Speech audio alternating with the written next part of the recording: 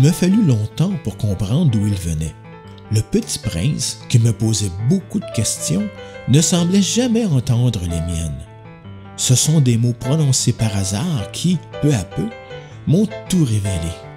Ainsi, quand il aperçut pour la première fois mon avion, il me demanda « Qu'est-ce que c'est que cette chose-là? » « Ce n'est pas une chose, ça vole, c'est un avion, c'est mon avion. » Et j'étais fier de lui apprendre que je volais.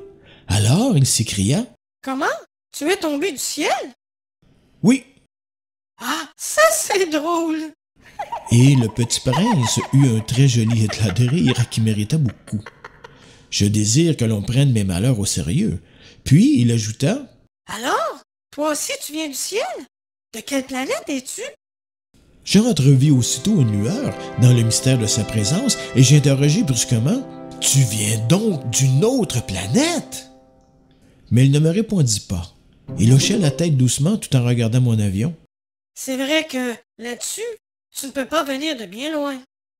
Et il s'enfonça dans une rêverie qui dura longtemps. Puis, sortant mon mouton de sa poche, il se plongea dans la contemplation de son trésor. Vous imaginez combien j'avais pu être intrigué par cette demi-confidence sur les autres planètes. Je m'efforçais donc d'en savoir plus long. « D'où viens-tu, mon petit bonhomme? Où est-ce chez toi? Où veux-tu emporter mon mouton? » Il me répondit après un silence méditatif.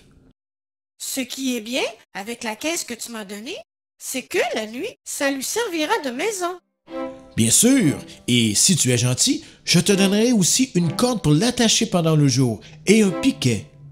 La proposition parut choquer le petit prince. L'attacher? Quelle drôle d'idée! Mais si tu ne l'attaches pas, il ira n'importe où et il se perdra. Et mon ami eut un nouvel éclat de rire. Mais où veux-tu qu'il aille? N'importe où, droit devant lui.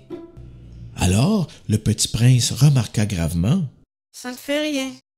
C'est tellement petit chez moi. Et, avec un peu de mélancolie peut-être, il ajouta. Droit devant soi. On ne peut pas aller bien loin.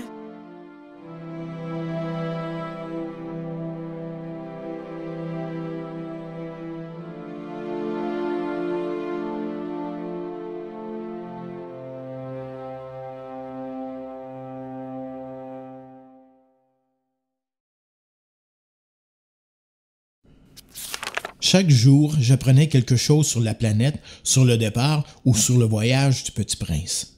Ça venait tout doucement, au hasard des réflexions. C'est ainsi que, le 3e jour, je connus le drame des baobabs. Ce fut grâce aux moutons, car brusquement, le petit prince m'interrogea comme pris d'un doute grave. « C'est bien vrai, n'est-ce pas, que les moutons mangent les arbustes? »« Oui, c'est vrai. » »« Ah, je suis content. » Je ne compris pas pourquoi il était si important que les moutons mangeassent les arbustes. Mais le petit prince ajouta.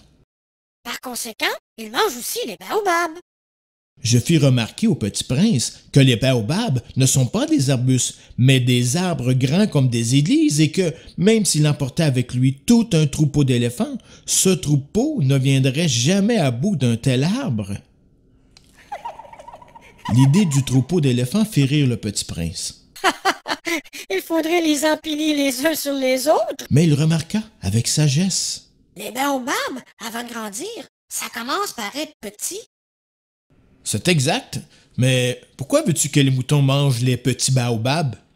Ben voyons! Et il me fallut un grand effort d'intelligence pour comprendre à moi seul ce problème. En effet, sur la planète du Petit Prince, il y avait, comme sur toutes les planètes, de bonnes herbes et des mauvaises. Par conséquent, de bonnes graines et des mauvaises graines. Mais les graines sont invisibles. Elles dorment dans le secret de la terre jusqu'à ce qu'elles prennent fantaisie à l'une d'elles de se réveiller. Alors, elles s'étirent et poussent d'abord timidement vers le soleil une ravissante petite brindille inoffensive. S'il s'agit d'une brindille de radis ou de rosier, on peut la laisser pousser comme elle veut. Mais s'il s'agit d'une mauvaise plante, il faut l'arracher aussitôt, dès qu'on a su la reconnaître. Or, il y avait des graines terribles sur la planète du Petit Prince. C'étaient les graines de baobab. Le sol de la planète en était infesté. Or, un baobab, si on s'y prend trop tard, on ne peut plus jamais s'en débarrasser, et il encombre toute la planète. Il la perfore de ses racines, et si la planète est trop petite, et si les baobabs sont trop nombreux, ils la font éclater. Tu vois, c'est une question de discipline. Quand on a terminé sa toilette du matin, il faut faire soigneusement la toilette de la planète. Il faut s'astreindre régulièrement à arracher les baobabs dès qu'on les distingue avec les rosiers auxquels ils ressemblent beaucoup quand ils sont très jeunes. C'est un travail très ennuyeux, mais très facile.